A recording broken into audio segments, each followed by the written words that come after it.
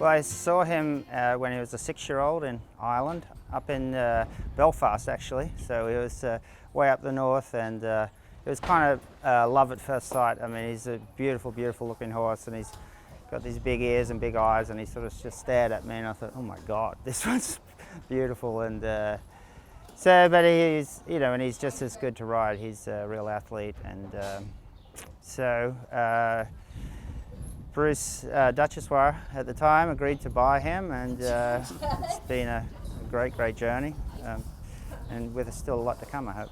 Yeah, Bruce left us way too early, and he gave the horse to me, and so we split him up into a group of friends that I think sort of went along with the way that Bruce thought and appreciated, and so it's been a lot of fun, and I'm sure Bruce would be still proud of him and the way he's going. I think he's obviously Bruce was a very special friend, very good friend to Philip. So the fact that everybody came together and wants to see this horse reach his goals, which he hopefully every year we hopefully will get there. It's obviously it's an emotional time, but we just love having the horse in the barn, and I can't even imagine if he'd moved on to somewhere else. So. Bruce was from the jumper hunter world, and apparently you'd go into the barn and he'd had like 4 horses named Happy, because he just loved calling everything Happy. So his original name was Mick when he came over from England, but Bruce changed that, and to be honest, it suits him really well. It's a great name. It actually fits well with him. He's one of those favourites because he's so affectionate, and he's like a big sleepy Labrador, but then when you ride him, he's a little bit the opposite of that. So he's just an overall cool guy. The girls would probably tell you that he's probably one of my favourites because of his personality. He's very intuitive, he's always wanting to know what's going on. He pretty much thinks the world revolves about him and nobody else. And he's very opinionated about life.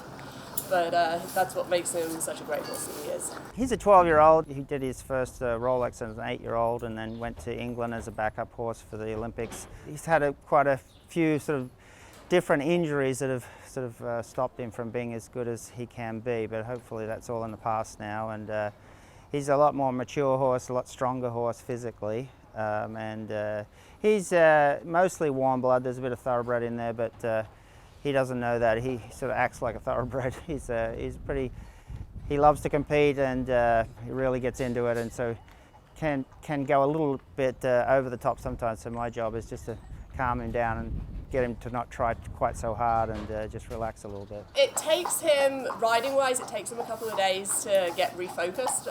He's always pretty excited to be out of the show. As in grooming-wise, he's very easy on the ground.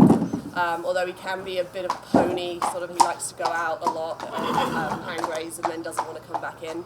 So you might see me out there literally dragging him like a Shetland pony. But overall, once he settles into work and gets into the routine, he's a good guy. He's a bit of a beast on the cross country. He doesn't believe there's anything out there that can stop him. So I'm a little bit of just guiding him along out there on the cross country. Definitely his favourite is cross country. He's known as a bit of a cross country machine. And I think just overall, his whole personality just, endears everybody to him. And as soon as they see him in the barn and they see his head, they're just like, oh my God, he's so cool, he's so handsome.